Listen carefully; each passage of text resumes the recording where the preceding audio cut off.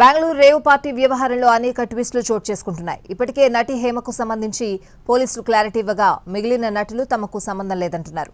అయితే అది birthday party అని పిలిస్తే వెళ్లానని, లోపల ఏం జరిగిందో తమకు తెలియదన్నారు మరికొందరు. నేను హైదరాబాద్లోనే ఉన్నాను. సో ఒక ఫామ్ హౌస్లో ఎంజాయ్ చేస్తున్నాను, చిల్ అవుతున్నాను. సో నా మీద వచ్చే న్యూస్ ఫేక్ న్యూస్. అది అక్కడ మరి ఎవరున్నారో ఏమో నాకు తెలియదు. సో అది ఫేక్ న్యూస్ అండి, అవన్నీ నమ్మొద్దు.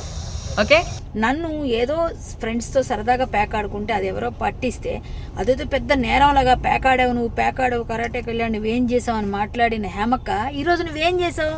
ఒక రేవ్ పార్టీలో డ్రగ్స్తో పాటు దొరికావు. నువ్వు ఈ శాంపిల్స్ వచ్చిన తర్వాత బెంగళూరు పోలీసులు నీకు ఖచ్చితంగా నీకేంటన్నది పనిష్మెంట్ ఇస్తారు. ఇక్కడైతే ఎలాగూ ఇంకా చాలా పనిష్మెంట్స్ తీసుకోవడానికి సిద్ధంగా ఉండు. ఎందుకంటే ఒక మనిషికి ఒక మాట అనే ముందు కర్మ రిటర్న్స్ అంటారు. ఎప్పుడైనా మనం చేసిందే మనకు తిరిగి వస్తుందని.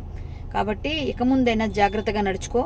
ఇలా కప్పుకొని అది గెడ్డం ఉంది, బట్ ఇప్పుడు గెడ్డం నాకు లేదు అని, బట్ గెడ్డంతో నేను షాక్ అయ్యాను. ఇదేంటిది నాలాగా ఉన్నాడేంటి అని నేనే షాక్ అయ్యాను. సో దయచేసి ఎవరు నమ్మొద్దు. ఎందుకంటే రేవ్ పార్టీలకు వెళ్ళే కల్చర్ నాది కాదు, పబ్ కల్చర్ మనిషిని కాదు నేను. ఒక్కోసారి బర్త్డే పార్టీలకు వెళ్తాము, ఒకవేళ తెలియకుండా ఏదైనా వెళ్ళినా ఒక హాఫ్ అన్ అవర్ నుండి వచ్చేస్తాం తప్పితే అటువంటి ఏమీ లేదు. రేవ్ పార్టీ ఎలా ఉంటుందో కూడా నాకు తెలియదు. సో దయచేసి ఎవ్వరూ ఈ విషయాన్ని నమ్మొద్దు. హ్యాపీగా నేను హైదరాబాద్లో ఉన్నాను, మా ఇంట్లోనే. ఇప్పుడు మా ఇంట్లో నుంచే నేను ఇది చేస్తున్నాను. I went for birthday party and I call him brother. Okay, అక్కడ బర్త్డే పార్టీ నడుస్తుంది, లోపల అందరు ఏం చేస్తున్నాడు ఏంటి, ఐ డోంట్ నో ఎనీథింగ్.